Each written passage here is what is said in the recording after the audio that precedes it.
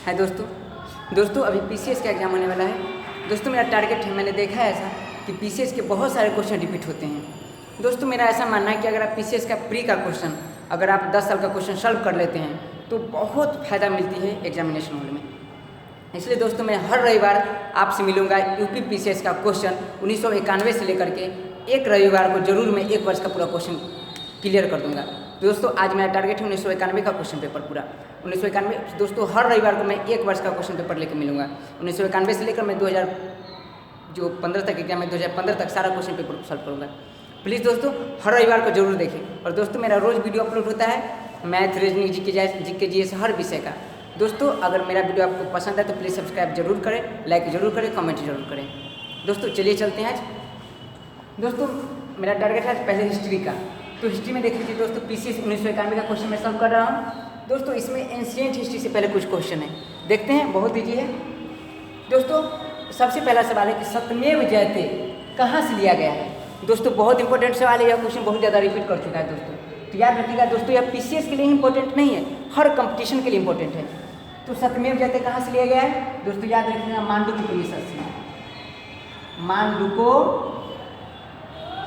उपनिषद से।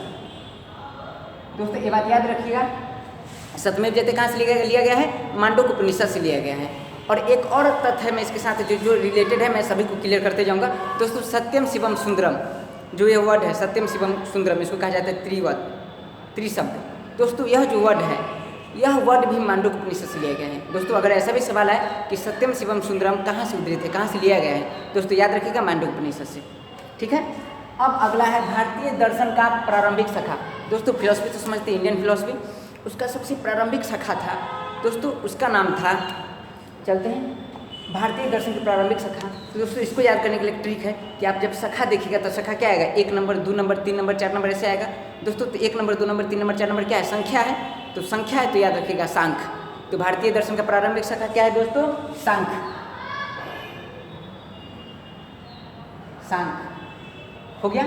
उसके बाद बुद्ध के उपदेश संबंधित है, बुद्ध है बौद्ध धर्म, उनके उपदेश था वो किससे संबंधित था दोस्तों, तो बुद्ध का कहना था, जो गौतम बुद्ध उनका कहना था कि आप अपना आचरण में शुद्धता रखिए, जो आपका आचरण है वो शुद्ध होना चाहिए और पवित्र होना चाहिए।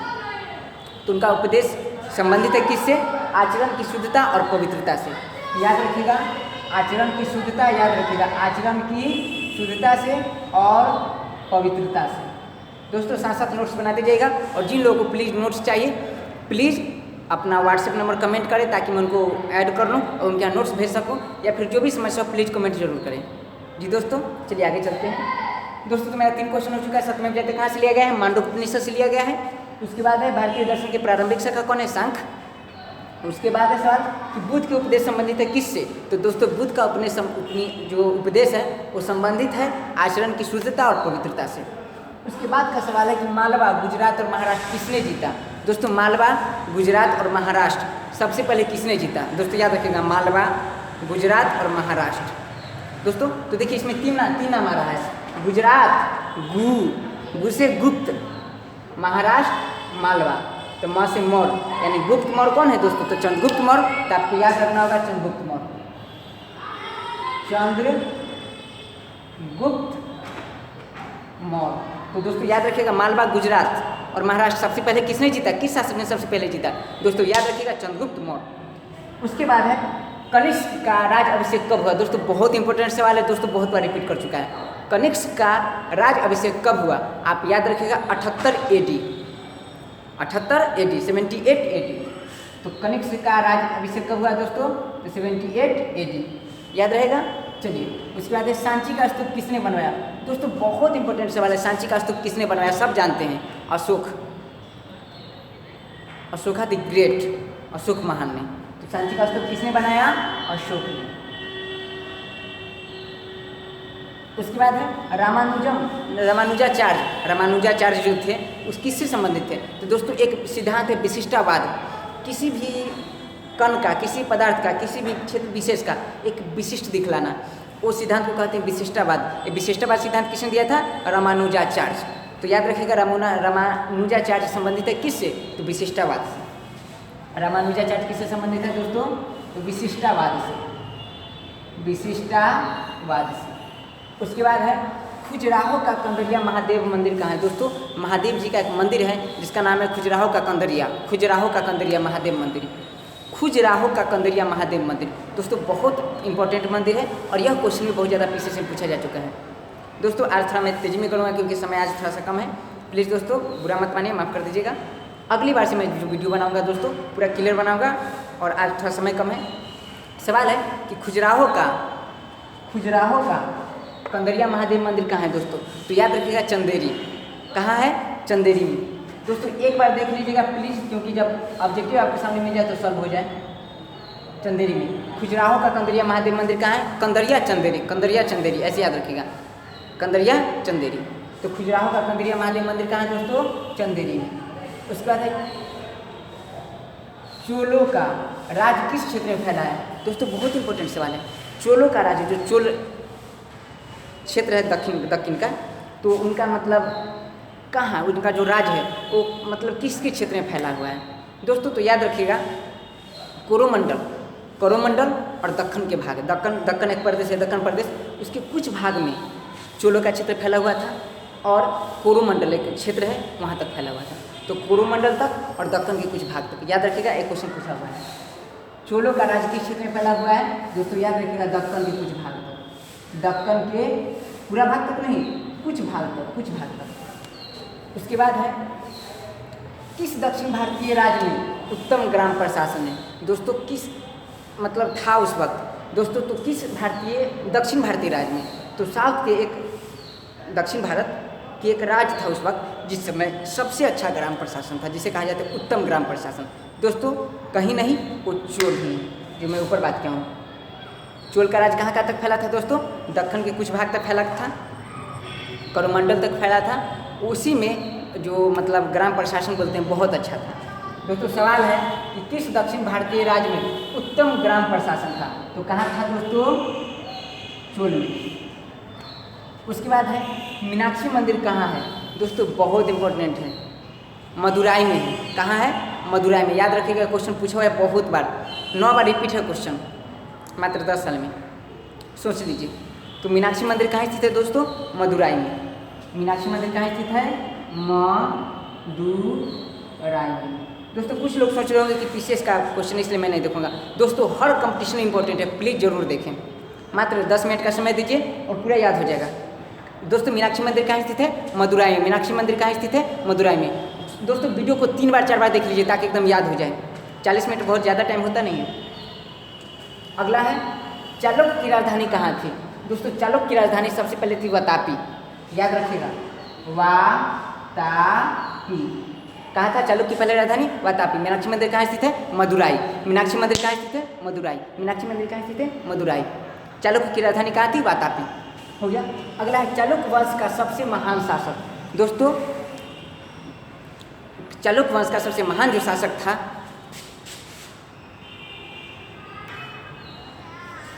दोस्तों, चालुक्य वंश का सबसे महान शासक था, उनका नाम था पुलकेशिन द्वितीय। तो चालुक्य वंश का सबसे महान शासक कौन थे? पुलकेशिन द्वितीय। हो गया। उसके बाद है वह चंदेल शासक जो गजनवी से नहीं हारा। दोस्तों चंदेल का जितना शासक था सब मोहम्मद गजनवी से हार चुके थे, उसके सामने माथा टेक चुके थे, लेकिन एक शासक था जो मोहम्मद गजनवी से नहीं हारा था दोस्तों। तो वह चंदेल शासक जो गजनवी से मोहम्मद गजनवी से नहीं हारा। 1 मिनट दोस्तों, तो मोहम्मद गजनवी से एक चंदेल शासक नहीं हारा था, इसका मतलब वो जीत गया। और जीतता दोस्तों वही है जिसके पास धर हो और विद्या हो, क्योंकि बुद्धि से आदमी जीत सकता है, धर मतलब शरीर से जीत सकता है। तो शरीर और बुद्धि जिसके पास वही जीतेगा। बुद्धि मतलब विद्या और धर्म, शरीर मतलब धर, तो विद्याधर। आपको नाम याद रखना है, विद्याधर। वो गजनवी से नहीं हारा था। तो कौन चंदेल शासक गजनवी से नहीं हारा था दोस्तों? तो विद्याधर। विद्याधर नाम सुनिए, लिखिए, शायद देखने में दिक्कत हो। विद्याधर। उसके बाद है दोस्तों दिलवारा जैन मंदिर कहाँ स्थित है? दोस्तों आप तो जानते हैं दिलवारा किसका होता है? दिल्ली वालों का। लेकिन आज मैं दोस्तों नया बात बताने वाला हूँ कि दोस्तों राजस्थान वालों का भी दिलवारा होता है। तो याद रखिएगा दिलवारा जैन मंदिर कहाँ स्थित है? राजस्थान में, क्योंकि राजस्थान वाले हर स्थान पर राज करते हैं। दिल्ली वाले तो सिर्फ दिल पे राज करते हैं, राजस्थान वाले हर राज पे मतलब हर स्थान पे राज करते हैं। तो नाम इसका है राजस्थान, मतलब हर स्थान पे राज करते हैं। तो याद रखिएगा दिल्ली वाला जैन मंदिर कहाँ स्थित है दोस्तों? राजस्थान में। याद हो गया? चलिए ये एंशिएंट का क्वेश्चन था दोस्तों। एक क्वेश्चन 15 क्वेश्चन जो पीसीएस 1991 में पूछे जा चुके हैं। आगे है दोस्तों मध्यकालीन भारत मिडियल हिस्ट्री, उससे भी क्वेश्चन पूछे गए हैं। चलिए उसमें चलते हैं। सबसे पहला सवाल है कि इब्न तुता, जो इब्न तुता है वो भारत आया था, किसके शासनकाल में आया था दोस्तों? तो उसको याद रखने के लिए मैं बताता हूँ जब किसके शासनकाल में आया था। सवाल है कि इब्न तुता की भारत यात्रा किसके शासनकाल में हुई, किसके शासनकाल में हुई? तो भारत यात्रा, तो यात्रा किस पे किया था? वो घोड़ा पे। तो घोड़ा पे करेगा, याद रखिए माइंड में, घोड़ा पे किया था। तो घोड़ा पे कैसे आएगा? तुबदुक तुबदुक तुबदुक तुबदुक तुबदुक तुबदुक, ऐसे कीजिए, तुगलक तुगलक तुगलक तुगलक तुगलक तुगलक तुगलक। तो तुगलक एक राजा था दोस्तों। तो याद रखें इब्न तुता भारत यात्रा किसके शासनकाल में किया था? तुगलक के शासनकाल में। तुगलक का पूरा नाम था मोहम्मद बिन तुगलक। मोहम्मद थे बिना तुगलक के थे, नाम क्या था? मोहम्मद बिन तुगलक। दोस्तों याद रखिएगा मोहम्मद बिन तुगलक। सवाल है इब्न तुता भारत की यात्रा किस शासनकाल के समय में आया था? तो मोहम्मद बिन तुगलक के समय में इब्न तुता। अगला सवाल है सल्तनत काल के अमीर एवं सुल्तान किस वर्ग के थे? दोस्तों याद रखिएगा सल्तनत काल के जो अमीर और सुल्तान थे वो किस वर्ग के थे? दोस्तों याद रखिएगा तुर्क वर्ग के। किस वर्ग के थे? तुर्क वर्ग थे। जितने भी सल्तनत काल था उसमें जितने भी अमीर थे, जितने भी सुल्तान थे, सब तुर्क वर्ग के थे। अगला है मोहम्मद बिन कासिम द्वारा सिंध की विजय कब हुई? दोस्तों बहुत इंपॉर्टेंट सवाल है। मोहम्मद बिन कासिम द्वारा सिंध की विजय कब हुई? मोहम्मद बिन कासिम सिंध का विजय किए थे, सिंध पे विजय किए थे। तो मोहम्मद बिन कासिम द्वारा सिंध पे विजय कब हुई? दोस्तों याद रखिएगा 712 ईस्वी। हो गया। उसका सवाल है मोहम्मद गजनवी का दरबारी इतिहासकार कौन था? दोस्तों आमिर खान हमेशा बोलता है उत्तरी। आपको याद रखना उत्तरी नहीं याद रखना है, आपको याद रखना है उत्तवी। तो सवाल है मोहम्मद गजनी, आमिर खान से याद रखिएगा। गजनी फिल्म का हीरो क्या बोलता है? उत्तवी। तो याद रखिएगा मोहम्मद गजनवी का दरबारी इतिहासकार कौन था? उत्तवी। ठीक है दोस्तों, प्लीज़ अपना व्हाट्सएप नंबर प्लीज़ कमेंट कर दे ताकि मैं इसका जो दिखाई नहीं दे रहा है इसका मैं नोट्स आपके यहाँ भेज सकूँ। उसके बाद है मोहम्मद गोरी के किस दास ने बिहार एवं बंगाल पर विजय प्राप्त किया? मोहम्मद गोरी के किस दास ने बिहार एवं बंगाल पर विजय प्राप्त किया? दोस्तों मोहम्मद गोरी का एक दास था जिसके पास मतलब समझिए कि वक्त ही नहीं था। वो हमेशा कहता था अरे वक्त नहीं है यार, तो वक्त नहीं है यार, वो हमेशा कहा करता था। तो मोहम्मद गोरी का एक दास था जो बिहार एवं बंगाल पर विजय प्राप्त किया था। वो हमेशा बोलता था वक्त यार। दोस्तों वक्त यार खिलजी, उसका नाम क्या था? वक्त यार खिलजी। तो मोहम्मद गोरी का एक दास था जो बिहार और बंगाल पर विजय किया, उसका नाम क्या था? वक्त यार खिलजी। उसके बाद सवाल है कि एक घटना एक परिणाम रहित विजय है, यह बात किसने कहा है? एक घटना एक परिणाम रहित विजय है। दोस्तों यह बहुत इंपॉर्टेंट क्वेश्चन है। दोस्तों एक घटना एक परिणाम रहित विजय कथन किसका है?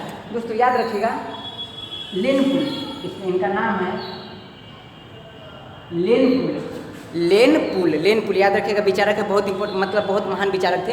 एक मतलब कथन दिए थे, कथन था इनका कि एक घटना परिणाम रहित विजय है, मतलब कोई भी जो घटना है वो परिणाम रहित विजय है। किस मुगल शासक का मकबरा भारत में नहीं? दोस्तों बहुत इंपॉर्टेंट क्वेश्चन है। जितने भी मुगल शासक है सबका मकबरा भारत में है, लेकिन एक मुगल शासक जिसका मकबरा भारत में नहीं है जी, उनका नाम है बाबर। आप कैसे याद रखिएगा दोस्तों? बाबर तो याद रहेगा ही, याद रखिएगा उनका नाम बाबर नहीं, उनका नाम है बाहर। तो बाहर मतलब यहाँ नहीं है, तो उनका नाम क्या है? बाबर। दोस्तों याद रखिएगा बाबर का मकबरा भारत में नहीं है। उसके बाद जय सिंह प्रथम का वेधशाला जंतर मंतर कहाँ स्थित है? दोस्तों याद रखिएगा जय सिंह से कोई नाम याद आ रहा है? जयपुर। जयपुर। तो याद रखिएगा जय सिंह प्रथम का वेधशाला जंतर मंतर जो था प्रथम कहाँ था? जयपुर में। उसके बाद है अष्ट प्रधानमंत्री परिषद किसके काल में हुआ था? दोस्तों याद रखिएगा बहुत इंपॉर्टेंट क्वेश्चन है। अष्ट प्रधानमंत्री परिषद किसके शासनकाल में हुआ था? दोस्तों याद रखिएगा अष्ट प्रधानमंत्री परिषद हुआ था वो शिवाजी के शासनकाल में। दोस्तों प्लीज़ अगर आपको पसंद है तो प्लीज़ शेयर जरूर करें। दोस्तों मतलब है थोड़ा सा डार्क वीडियो जिससे शायद दिखाई ना पड़े। दोस्तों जिसको मैं जो समझा दिया हूँ इसको एक बार वीडियो को देख ले, और जिन लोगों को प्लीज़ नोट्स चाहिए प्लीज़ अपना व्हाट्सएप नंबर कमेंट जरूर करें और मेरा वीडियो सब्सक्राइब जरूर करें, लाइक जरूर करें और शेयर जरूर करें। दोस्तों अपना व्हाट्सएप नंबर अगर आप कमेंट कर देते हैं तो मैं इसका जितना लिखा हुआ है मैं एक पेज में अच्छी तरह से नोट्स बना चुका हूँ, उसको आपके यहाँ मैं सेंड कर दूँगा आज। जी दोस्तों, और प्लीज़ इसे याद जरूर कर ले। फिर मिलते हैं दोस्तों अगले संडे को और एक नई एनर्जी के साथ मिलते हैं, एक नई जुनून के साथ मिलते हैं, एक नई उमंग के साथ मिलते हैं। और दोस्तों मैं आज सिर्फ हिस्ट्री का क्वेश्चन कर पाया हूँ, लेकिन जब अगला संडे को मिलूंगा दोस्तों तो अगला संडे से मैं सारा विषय का क्वेश्चन सॉल्व करूँगा। और दोस्तों मेरा कल का वीडियो आने वाला है हिंदी का और साइंस का, दोस्तों प्लीज़ ज़रूर देखें। और दोस्तों हर दिन मैं वीडियो डालता हूँ Hindi, science, history, geography, economics, math, reasoning सब कुछ का, प्लीज़ ज़रूर देखें, सब्सक्राइब जरूर करें और जिन लोग को जुड़ना है प्लीज़ जुड़ जाएँ, क्योंकि यह एक लाइफ चेंजिंग प्लान है। जय हिंद, जय भारत।